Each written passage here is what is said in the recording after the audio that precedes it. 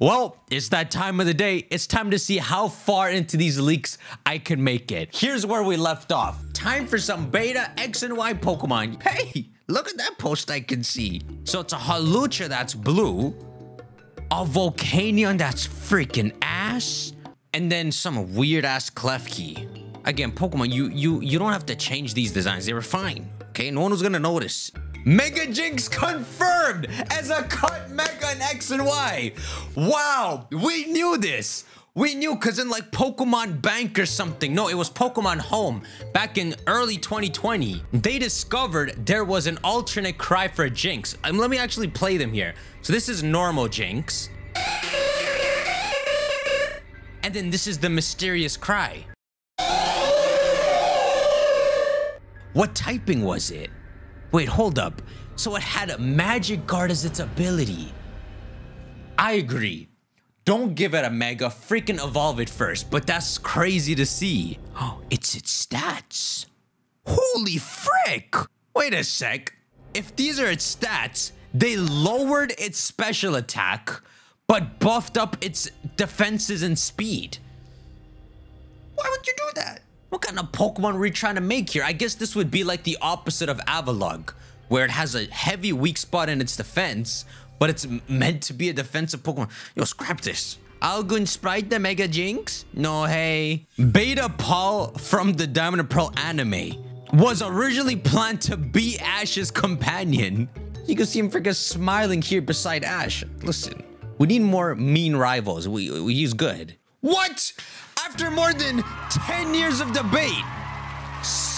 You're freaking joking, bro. Southern Kalos is confirmed. Look at that crap. Do you notice in the last video when I was talking about Greece, I had to cut the bottom of Kalos off? That's uncut. So right down here, it's freaking Paldea. Straight directly connected. In fact, that might be the land you see on Paldea's map. There's a whole continuation. You know what? That was 400% for X2 and Y2. They're like, you know what? We need more juice in these sister games. Scrap that, put it in the second one. And you know what they did then? Look how low on the map we are. That Lumiose is all the way up there. This was 100% gonna be some post-game crap, like the Mount Silver / Kanto area in Johto. That would have been so fire, and it makes sense. Diantha barely uses level 70 Pokemon. The game pretty much just cuts off right when you beat her. They probably planned an actual post-game, and maybe they would have planned actual locations for Diancie, Hoopa, and Volcanion. They still would have been movie distributions, but they might have continued the spirit of actual in-game events. So the movie distribution would give you freaking Volcanion's power plant ticket. Then you can actually go and find him somewhere deep down. I'm gonna cry. Don't come near me, Masa. I will smack. How the frick have we just seen this? Yo, this is the kind of stuff I wanted to see in this leak. In hindsight, it's so obvious there's a Southern Kalos. There's a huge chunk of France just missing. What's next? Holy, the leaker is planning to release the full source code of X and Y. Wait a sec. Back going down here, why'd they put an actual photograph? Oh my frick. Pokemon Legends Yet Leaks Part 2? Wait, it's Ash. Stunfisk is in the game. The shiny sound from Pokemon Legends Arceus is back. What the frick? The leaker says the game was very enjoyable? You played that crap? What? That crap ready? Yo, if there's an actual playable version, obviously with a lot stripped down, but the bare bones is there, that 100% certifies that they were going for a 2024 release. Wait. So remember the Game Freak statement I showed a few episodes back where it shows that personal information was stolen in August, but then it took till October for these leaks to start showing up? This boy was playing it since August, wasn't he? He was just offline from August, September, and October playing it. Then he decided to leak it. You piece of crap. Share it with me. Oh, this is big. The leaker is not planning to release any more details about the game. That is huge. I'm so thankful. I don't even think he has anything too big to lose. If this man is caught, his sentence is gonna be pretty much the same. Stealing 2,606 unknown files from Game Freak, leaking the majority of it. What good is not leaking Legends EA stuff gonna do? I respect it. It shows in some weird way he has his head on straight and is still a Pokemon fan. Though you didn't freaking need to leak that Mega Zygarde crap. Here's a test. Let's go to the comments and see if people are happy about this. He said he didn't plan on releasing anything about it at all. Dude's desperate for the attention these leaks are giving him. We'll have the whole last game soon.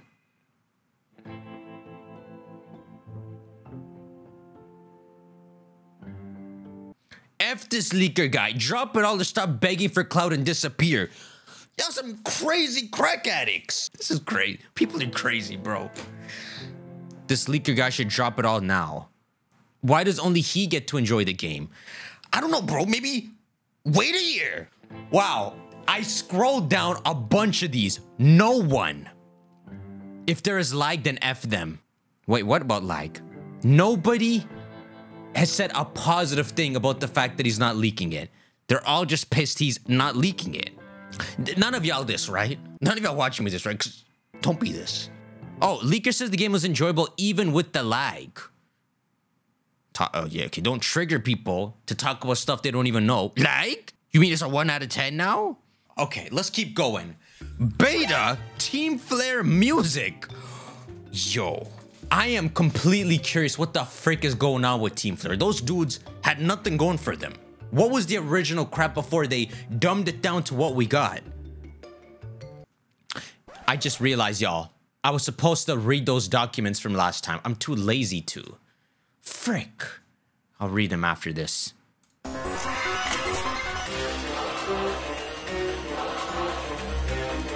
Oh, I hear a choir. Yo, this theme is fire! I mean, it's the same, but wow, they have such a good theme for being so useless. All right, then we have the encounter theme. Okay, this is the overworld theme.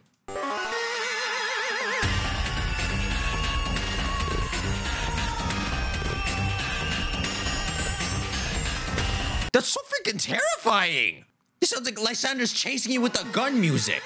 You're running out from the hideout. All right, y'all, open up the bookmarks. We got to get through some of these documents. Here's the meeting where the company decided why to cancel Ash. Let's figure out what the reason is. Okay, meeting regarding the conclusion of Ash and Pikachu era. Okay, before I even read this, it is very obvious Ash and Pikachu's era needed to end. It was so sad when it happened, but my take is they locked themselves in this weird situation where they have to keep resetting the universe. Even though they didn't have to. They made a fire arc in Pokemon X and Y. From that Naruto-like opening to a freaking like Naruto-like story, leading to Lysander Perfect Zygarde, Mega Evolutions, Ash getting his own freaking Synchro Mega Evolution. Because they have to keep resetting the universe, it keeps effing up the story. There's a way to carry on that hype and tell a proper story throughout multiple generations, but it takes effort. And these guys don't like that kind of effort. The system that's worked for them, which is just resetting the universe and telling a whole new story, they don't want to fix it if it's not broken. So they've never had the balls to actually continue Ash's story actually over multiple generations. And it also seems like they can't decide where they want to stand on the anime, because they went from an epic style with X and Y's anime to an also good style in Sun and Moon, but it's a completely different approach where it's more of a feel-good anime. So because they can't figure out their ground and they're constantly changing, the best thing they could do is end Ash's anime and actually make each generation its own anime with a new cast. This gives them the freedom to do anything. They can even have death and crap in the show if it calls for it. Okay, anyhow, let's just freaking look at this real quick. So we have freaking Omori and Sugimori here, a bunch of gossipers. This is a huge document. Oh my frick. I was having so much fun with the X and Y leaks. You apologize? Okay, just F that. Before we proceed, this is Omori, piece of crap. No, you're not. I like you, I think. Before we proceed, I want to clarify that Game Freak is not in a position to make any definitive decisions today. We're here to listen to your thoughts. We're merely here to discuss whether your plan is good for the Pokemon brand and fans. Damn, they had a freaking serious presidential meeting in a room. Oh, frick. Miyahara, understood. the anime's viewership has been steadily declining. Really? Oh, so you don't have balls. Yo, I thought in the peak of Ash working, they had the balls to, you know what? We're gonna try a new creative approach. It took for it to start to stop working for them to change it. Wow. One challenge is that Ash's character can no longer be reset. Oh my god. Example, starting at level 1 each time, making it difficult for children to emotionally connect with the story as if it were their own experience. Fam, it was this way the entire time. The original story was good, then the Orange Islands continuing it was an actual continuation where, am I wrong, but they made Ash win the cup and be champion. That's like a microcosm of the entire Pokemon story. Ash is the champion of the Orange Islands. Continuing that, Gen 3 even was really good. Because if you think all the way to like the Frontier Brains, Ash was dismantling like that dude with the Articuno. He brought his Charizard and all. It was very fun that it was kind of just a bigger story continuing. Pretty much after these 3 gens is when they made it hard for people to take Ash seriously because the reset became so prevalent. Yo, even Gen 4 was good. Remember when Ash beat up Tobias? So we'll say the first 4 gens. But after that, especially the moment he loses to a Snivy in Gen 5, things fell apart. It's like the show could not be taken serious. You just had to watch it like it was SpongeBob, even though you rooted for fun things to happen. I don't know what you're freaking talking about. It took you this long to realize this. The desire has always been to have the audience connect emotionally with the protagonist's growth. What growth? He's the same age. But recently, other characters are starting to take on that role instead of Ash. Because they grow. Well, Ash doesn't go through arcs and ups and downs that he learns from. Sad moments, adversity. He did in the very beginning of the show, like when he let Pikachu go and it was a sad moment, or he traded Butterfree and he was so sad he wanted it back, if I'm remembering. These are the ups and downs that shape his character. Fam, you weren't taking Ash seriously. Don't talk about the audience not being able to connect with him. On the other hand, longtime fans have always wondered, when will Ash become a Pokemon Master? A question that has lingered for years. And let's clap it up for them that they did it in the most incredible way possible, right? It was good. You know, it was cool. His Pikachu, I think, beats the Charizard. He was able to use a Mega, G-Max, and some other crap, Z-move. But here's the thing. If that champion battle was supposed to be, I'm now a Pokemon Master, let me use all my experience from before, you should have had all his Pokemon from previous gens pop up, but more focused on the first, because that's what starts his journey, right? That's the most impactful. It's gonna leave people emotionally touched. They know this, which is why they used the first opening for Ash's final journey.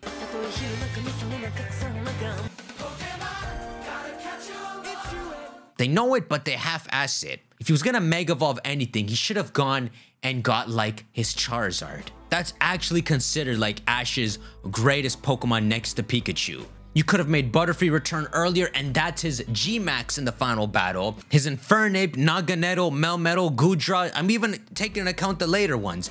You should have actually had him use a bunch of Pokemon. If it's the World Coronation, and especially if it's the final match, you could easily break the 6 Pokemon limit or make some kind of match where you can actually show what Ash's journey stood for. And you 100% should not have made it so he was able to use all 3 gimmicks against Leon and take the title that way. Obviously, it was a fun moment for people who enjoyed it, so I don't want to lash on that too much, but understand that it's very possible that the writers of this anime are just not that smart and capable. They can do a lot of things good, but they can't do some of the strongest things at all. Oh yeah, did I even forget to mention Ash Greninja? That dude didn't pop up for his final battle.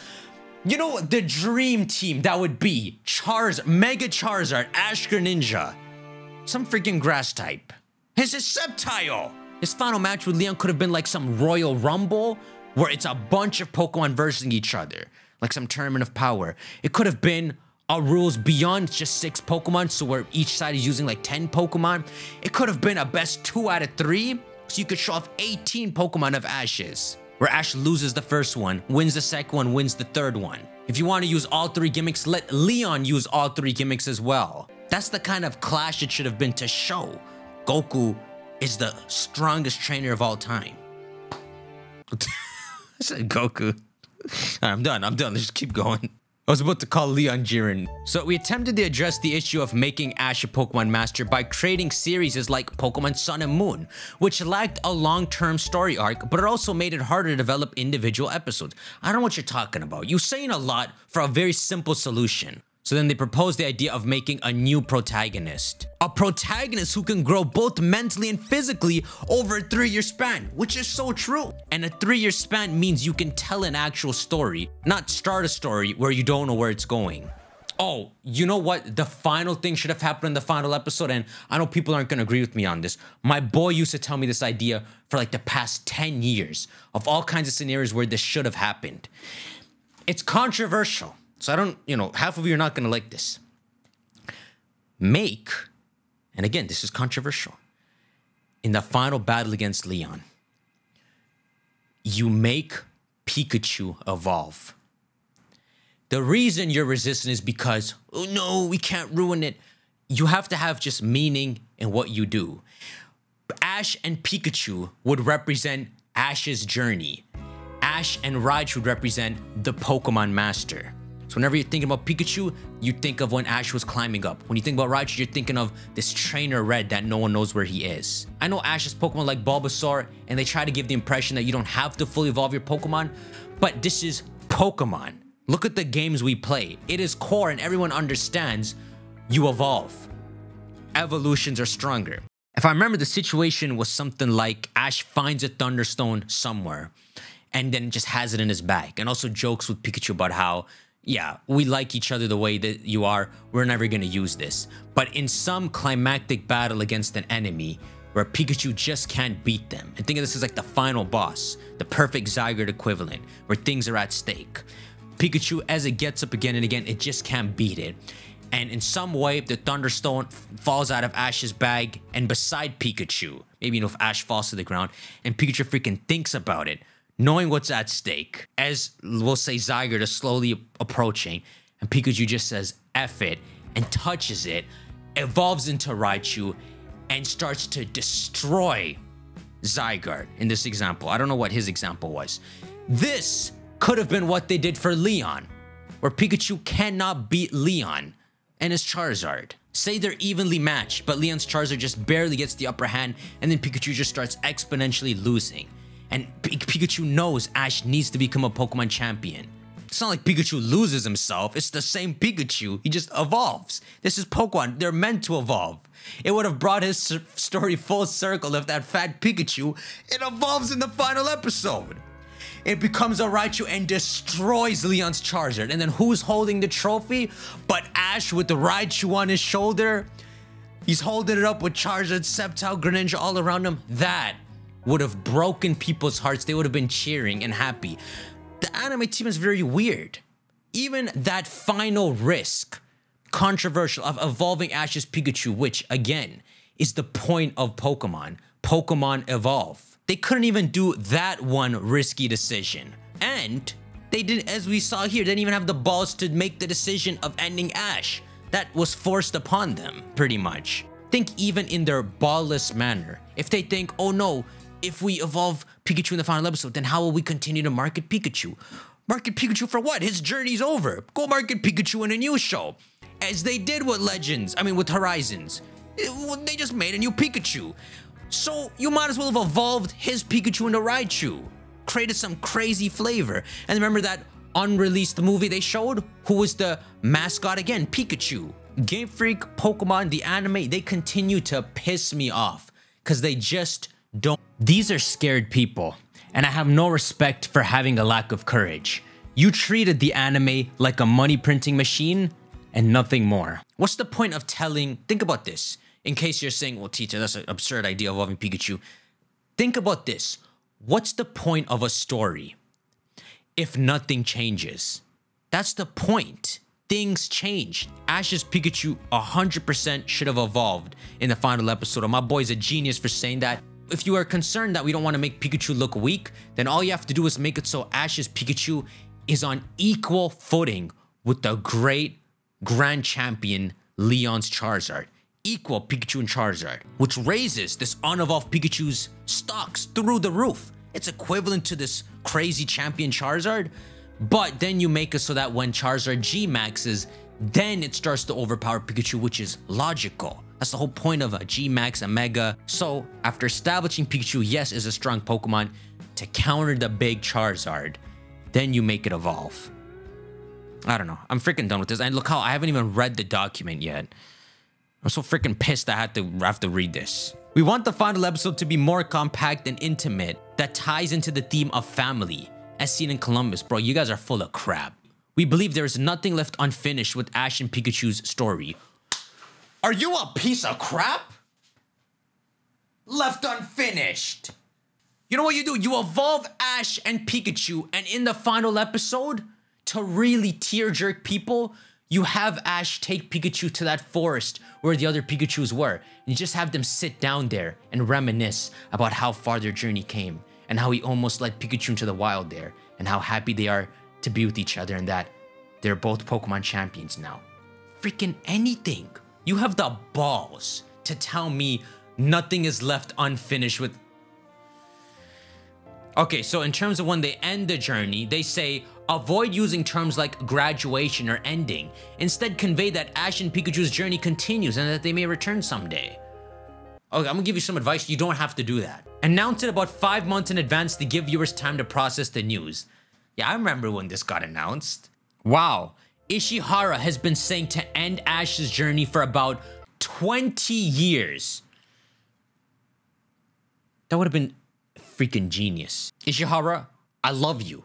Well, I love you in another world where you got your crap. I realize now that we lack consideration for the viewers' perspective. I know. You know, like making Megazord for the sake of promotion and crap. It's very strong that you're able to do that. But this isn't about just the anime. It could have repercussions for the entire Pokemon brand. Well, Scarlet and Violet sold freaking 20 million. I'll be happy to let you know. So they really strong-armed themselves out of fear into kicking Ash out. My mind is blown that it was pretty much not actually their choice. What the frig? We could see petitions calling for Ash to stay. In the worst case scenario, we might even see arsenry. See, they're aware they got a cult following. Even if Mr. Yuyama tries to explain in interviews that a Pokemon Master is just an abstract concept, that explanation won't reach the viewers. Yes, this is true. It doesn't have to be abstract. Make it what we obviously think it means. If the show ends without a proper conclusion, it would be like Detective Conan ending without revealing who the culprit is. Or One Piece ending without revealing what the treasure actually is. It would leave the viewers feeling unsatisfied. Don't compare to these shows because they have an ongoing macro plot happening. Even if like Conan resets each episode and you can watch like 20 episodes in a row and they're just self-contained mysteries, there's still a cast they're slowly adding together with meaningful roles, like being a counterpart, being a foil, hinting at the bigger plot.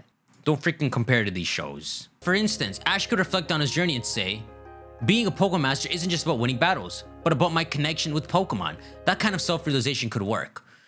You just said the One Piece example. That's like saying it was the friends we made along the way. The One Piece dude specifically said he's not gonna let that happen. Boy's missing the... Yeah, it took you till now to realize being a Pokemon Master is about my connection with Pokemon. One thing I'd like to mention, while it's not necessarily content related, is that there are many stakeholders involved with the Pokemon brand. Oh yeah, I know. I freaking know. I'm not even gonna comment on that. That's actually the big elephant in the room. Ending Ash's journey in a rushed or poorly thought out way could be the easiest route to take. It's the route you took. But you've made the decision to bring his story to a close, and that's no small feat. It's a monumental task. I hope the Pokemon company can give it the care it deserves. Is that Sugimori, Gossip King? We've seen how family-oriented stories with deep emotional arcs like Demon Slayer have resonated with broader audiences. While we're not specifically aiming to replicate that, or anything meaningful, we do want to challenge ourselves creatively, which they've never done before. The Pokemon brand needs to keep evolving. Oh. And we recognize that. See their wording? The brand needs to keep evolving, not their freaking... the story they made. These guys out themselves. This is why we should not be looking at this. This is pissing me off to read. They're so stupid. Look, Sugimori has more to say. It's essential to remain mindful of how fans will react. Ash and Pikachu have been the face of the anime for 25 years. You can't underestimate the emotional attachment that generations of fans have to them. Handling this transition delicately is paramount. Your freaking face is paramount. All right, well, I read through it. This big Game Freak leak is so bittersweet. It's exciting to see some of the answers we couldn't get, like Southern Kalos, that was so sick. But I hate to see their inner discussions on crap. For what my memory, I'm supposed to love all these dudes. Omri, Sugimori, Matsumiya, Hatakame, Shinosuke Nakamura. I love them all. You know who I love the most? The big Masuda. No, I'm going crazy. I don't know, I got it. Oh, I have more bookmarked. I'm so freaking.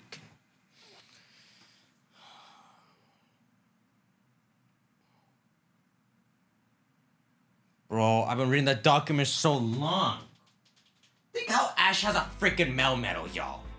This man has the craziest freaking team. You know what was one of the most impactful things for me when I was younger? When you're in the Gen 4 anime and some dude pops up with an Electivire and it's Gary and he's a professor now. That was the most badass thing ever. You know why? Because it showed change. You want to see characters evolve, continue to develop. He became a professor just like Rip Paul. I shouldn't have read that. I'm not reading this one either. Let's keep going. The names mentioned here for the Sinnoh legendaries were their actual names during develop. No.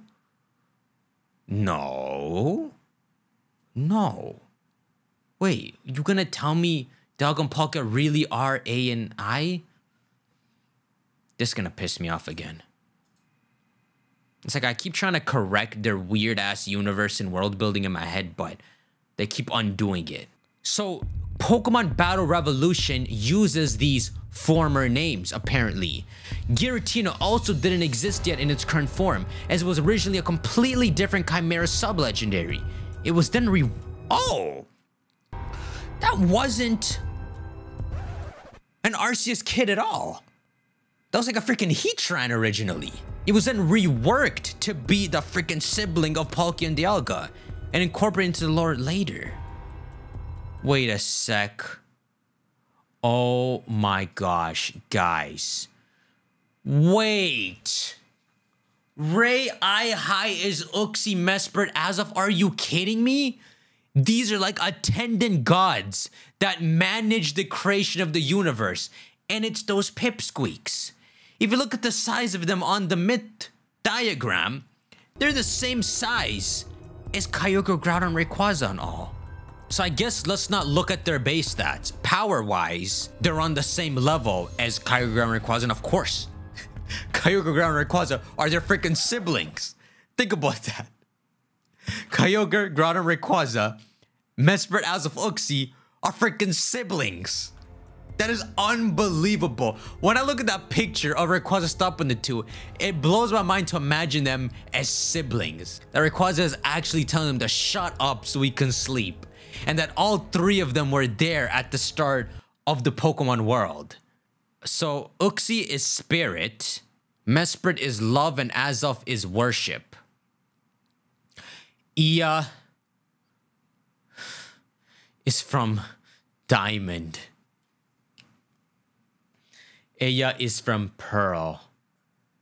I'm so freaking sad again. Regiking. Well, what about him? Kimairon. That's the original name of Giratina. Wait,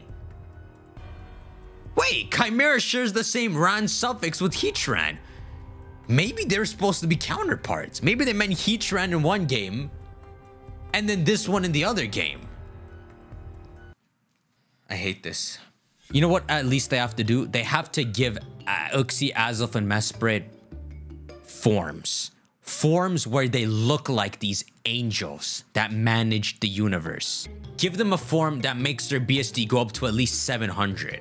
But at least shows, right? When Rayquaza wrapped around the tree, he probably was naturally Mega Rayquaza. And Kyogre, Groudon smashed into the tree, probably naturally in their primal forms. You know what I want to see in this leak? What their old notes on Rayquaza is. If it was originally supposed to be Primal Rayquaza. Alright, next post. Pokemon X and Y Beta versus Legendary theme. Oh, Xerneas and Yveltal? This weird ass Mewtwo theme. Okay, start already.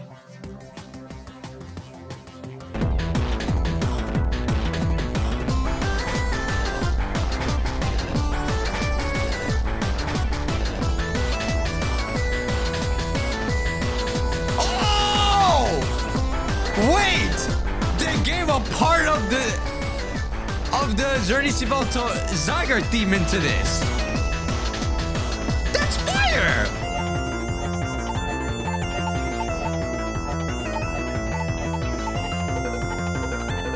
Wow, they made it all. So Masuda, why do you keep changing things? You made it, just stick with it. Work on other things. That's a good theme. Let's keep going. Pokemon X and Y Beta League Battle of the First Gym Leader. What? There's no music. Why am I watching this? Okay, let's see how the battle looks like. You're challenged by some girl. Surskit. This is so... That's not Surskit. But this is so exciting. That's not Fro... What the frick happened? Okay, well that's cool. Vanilla Town Beta Proto. We can go around the village. What's this? Oh, wait, could you not do this before? Oh. Oh, wow. Wow, that's really cool. I'm so confused why they program these and then delete them. It takes a lot of work to program them. Ew! I'm Patrick. I'm Patrice, the Kalos region's Pokemon professor.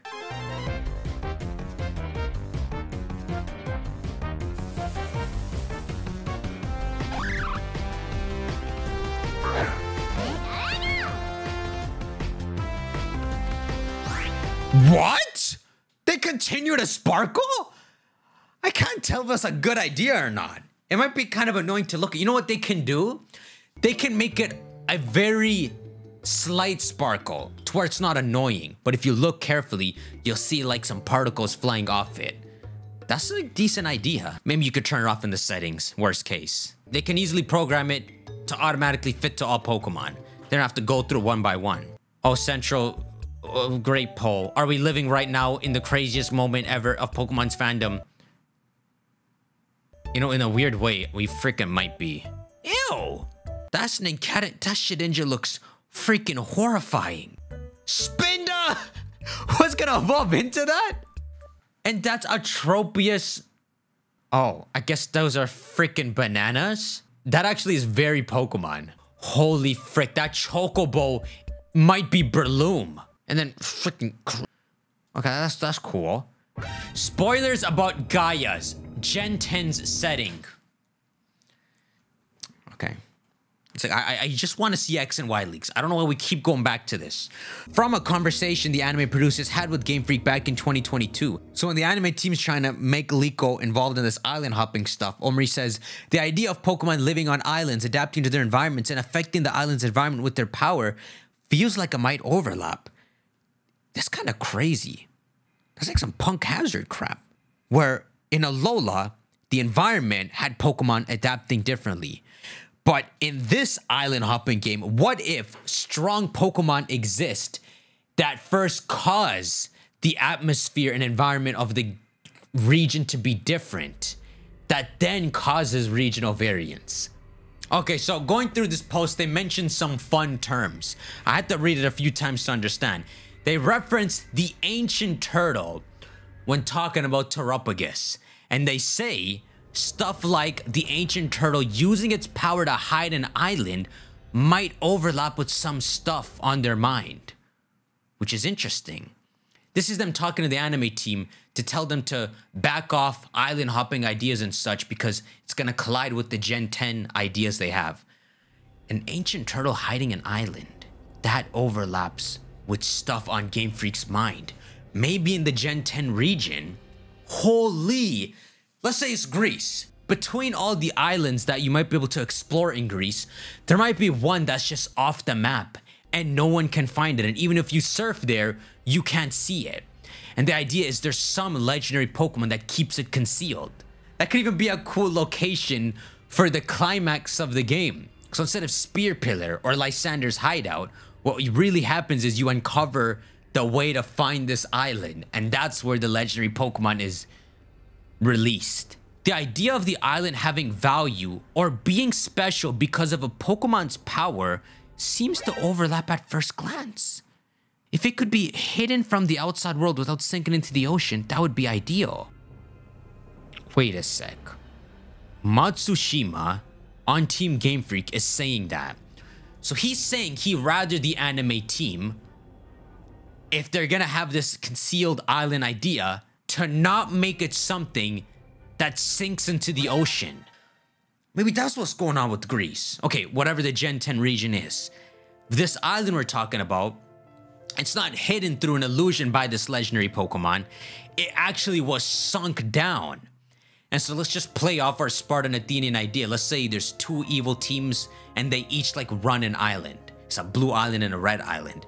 Maybe depending on which game you pick, you uncover the location of where some ancient Pokemon was sealed and an island that sunk a long time ago. And that's the climax of the game, finding that island. Maybe you don't even make the island rise back up. Maybe you actually, for the first time in so long, you actually have to dive down and explore it. And meanwhile, you're gonna see Team Spartan and Team Athenian members, kind of like as you're going down to get Kyogre and Groudon, they're around underwater. As trainers, you gotta fight through and get to the bottom. Wouldn't that be so cool to have an actual journey to some crazy underwater island where you might even see ruins of a temple? What a cooler location to put this legendary I'm talking about, Ares or Athena, than in the ruins of this sunken crap. Yo, wouldn't it be cool if, let's say after you deal with the legendaries, if you're just exploring the temple and reading what's on the walls, let's say this is an island that sunk a long time ago, taking a lot of the ancient history down with it. Imagine it has written that one Pokemon from the ancient world survived and is probably roaming the region to this day, hinting at this Zeus-based Eagle legendary, who we'd save as for the third legendary, and could probably have a big focus in a Gen 10 DLC, right? It would be the Terrapagus of the DLC. I don't know, man. I freaking want it to be Greece so bad. Okay, how far are we in this video? Because I'm almost 2 hours in. Let's keep going. Unfinished Tierno animations is so funny.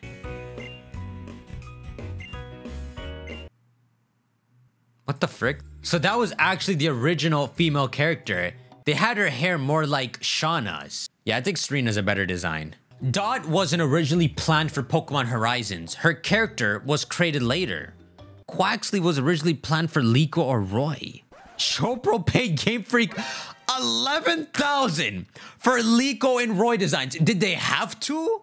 Or were they so unconfident in their abilities they had Game Freak design them? I mean, they're good designs. That's so weird, bro. The anime team and Chopro pays Game Freak. I thought y'all on the same bigger team. Well, obviously Game Freak has to keep its time organized. So if they're doing a favor for Chopro, they need to get something in return. But what you gonna do with 11K? Who's pocketing this? What are you gonna do? Have Masuda fix Mewtwo's theme again? So far, Liko, Roy, Dot trio is good. It works. What's this? What the frick, Game Freak? This is in the early X and Y builds.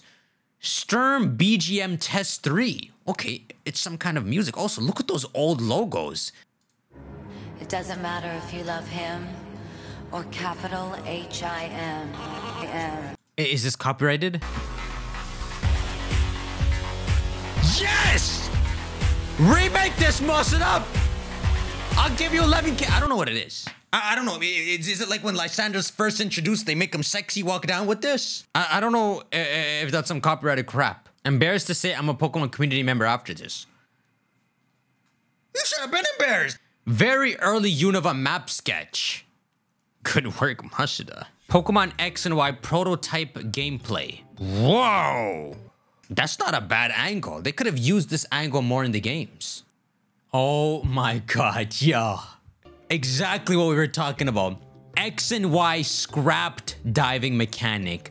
Now makes sense. If they knew they were gonna make Auras after this, they probably tried to design diving earlier. Note that this was very different from past gens and you don't go to a different area when diving. So it sounds like maybe they were designing a dive that worked more like Rock Smash. That's not a bad idea at all, especially if it's some kind of maze location. Kind of like the puzzle before Mewtwo's room. What the frick am I looking at? That's Cofagrigus? Bro, are you telling me you would go to some location in Black and White? By the way, who the frick is this? You'd go to some location in Black and White, like Relic Castle, and you... What the frick? And you'd see that crap on the walls? And if you interacted with it, would it say Wild Cofagrigus appeared? Wouldn't it be cool if there was Yamask and Cofagrigus, but if you found this picture on the wall and talked to it, it was an alternate form of Cofagrigus? Because clearly that doesn't have the casket, the tomb. So if in some way that did trigger a battle, it would be the raw ghost form of Cofagrigus. That's such a cool idea. And that's what it looks like. It's just a weird shadow with arms spilling out. They gotta bring that boy back, bro. Let's keep going. Looks like they originally planned for Harkled and Soul Silver, to have distinct exterior elements based on their types. Okay, that looks sick. Mazda. I know, I say Mazda to mean Game Freak. Why'd you have to delete that? You already made it. I'm so... What the frick is Flint doing there? I'm so confused that they overthink things so much that they start to dumb things down and scrap the work they put in. I have like 4 other documents I have to read, y'all. Ooh, X and Y dev documents, possibly including concept arts coming soon. Look, it's a clean Xerneas. X and Y's legendaries are so confusing. They're like loosely based on Norse, but also don't do it properly at all. Like, what even is a Xerneas? It's not the big tree. It's not one of the 4 freaking deer at the bottom of the tree. I don't know what it is, but that thing looks cool. Oh, this is that beta shaman from before. So what am I looking at here? Here's the shaman we know. Here's the crap we saw in those leaks, where it has so many more Gracidias and spikes. You know what I think might be the case is when you give Shaman the Gracidia, it actually turns into this. And then it has some kind of ability like Flower Gift on Cherrim, where if it's sunny or if Shaman goes to half health, then it changes form into the sky form. That might be what it is. Oh, look at that! I'm pissed. I'm not pissed. I'm happy. But look how good that Kyurem looks. Someone got the HD freaking spread. How could they take you away? How could they do that? That looks so nice. It looks so freaking nice. Dude, that thing looks incredible. That's a fully functional design. It looks complete already until I tell you it's not complete. Then details start to stand out, like it being a little too skinny and having an awkward tail. That looks like such a cool dark creature that would emerge as the shell when Xerneas is about to leave. It quite literally looks gray too. It quite literally is. That's not white or black. It's a purple and gray Pokemon. Unbelievable. This design fits even more because it looks extremely frail. If I put up Kyurem and its stats, it has a lot of HP and good defenses. It's a thick Pokemon. This looks like it would have like, I want to say it would be cool if it had like 30 defense and special defense, but it had insane like speed and special attack, so that it was a viable Pokemon, but you could tell there's something off about it. Why is it so frail? We didn't know when Black and White first came out what Kyurem was, right? We didn't know it was the lack of the yin and yang. We just knew it was a full trio. This dude recreated it. They're sprite artists, so shout out to you. You made this look really nice. Okay, let's keep going. Here's a nice long video of Black and White beta gameplay. Oh! We heard this theme! So this was the beta encounter theme. How proud was Game Freak at this moment right here? When their perspective camera crap just works? I'm proud of you. That boy crashed the game. That boy was Satan. I'm Satan. Yo, look at the gear on the bottom screen. Anyone notice how freaking hexagonal it is? What if it was made using Zyger tech crap? Oh, hey, it's our Pokemon Center Town. This crap blew my mind. Castilia...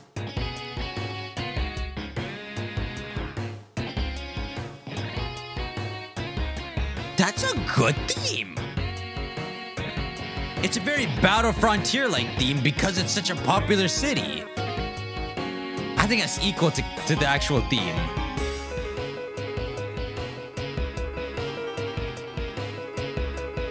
Oh, that's a good... You should have used this at like nighttime, and then the normal Castilia theme is at morning. This is a good theme.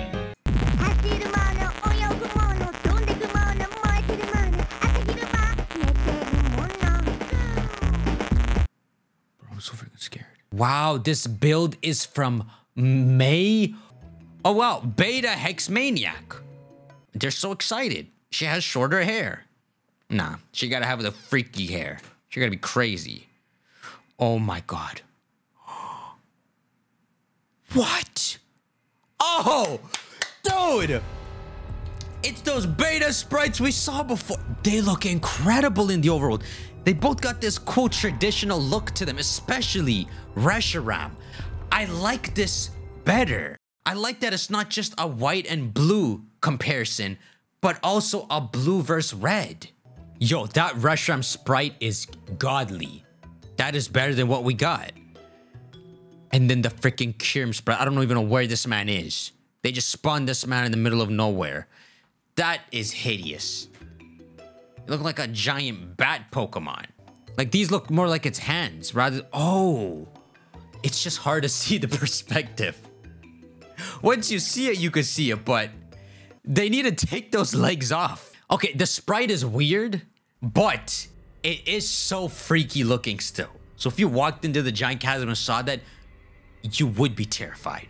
For the sake of looking like a monster, I like the sprite, but it doesn't look like what it does in battle, is all. Typhlosion, Electros, and Zoric do be walking. Oh, it's a little animation progress of them. Yo, a lot of work goes into animating. This is specifically why it pisses me off more, the anime. Because if you're gonna work so hard, animating frame by frame, why would you animate anything less than the best story you can write?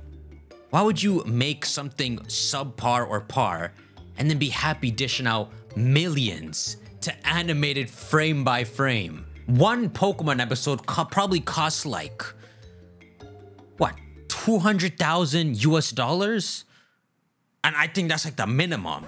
Did I really just find me? Don't do this to me. Hey! Hey! Who talked about Mew 3 in Kalos? Did I really just find Mew 3? That name is so massive looking. In X and Y's files? Dude? Wait a second. Bro, in X and Y's August 2012 build mentions... Wait. Oh my god. Mew 3. Mew 4. The frick is happening? That is so weird. Wait a sec, but you know what? To be fair, that could, in the weirdest way, be the codenames of the X and Y forms. Because Mew Forge was crazy. What is this, Extreme Randomizer? Aw, you freaking got me, Central. You got me to scream. There is no other megas listed here. I'm a bit pissed. I'm almost freaking caught up, y'all. This is unbelievable. Pokemon Horizons had a very troubled development. Yeah, I know all about this. I've read the pages. Game Freak didn't like the direction the anime producers were going for. It was initially a lot more focused on Liko, and they were so worried about abruptly replacing Ash. You know what you could have done? Not made it abrupt? The first 12 episodes had to be rewritten, and the anime was delayed. Whoa. Maybe that's why there's some new juice in those first few episodes, especially the first one, revealing to us baby Terrapagus. Now you're making me pissed. So that journey Ash does after Journeys for 11 episodes, they also took advantage of the delay to make Ash's 11 episode epilogue that wasn't initially planned. I'm done. I'm not looking at it anymore. Oh my frick! Holy crap! X and Y leaks delivered. There's so much. I thought I saw the X and Y leaks. It's just starting?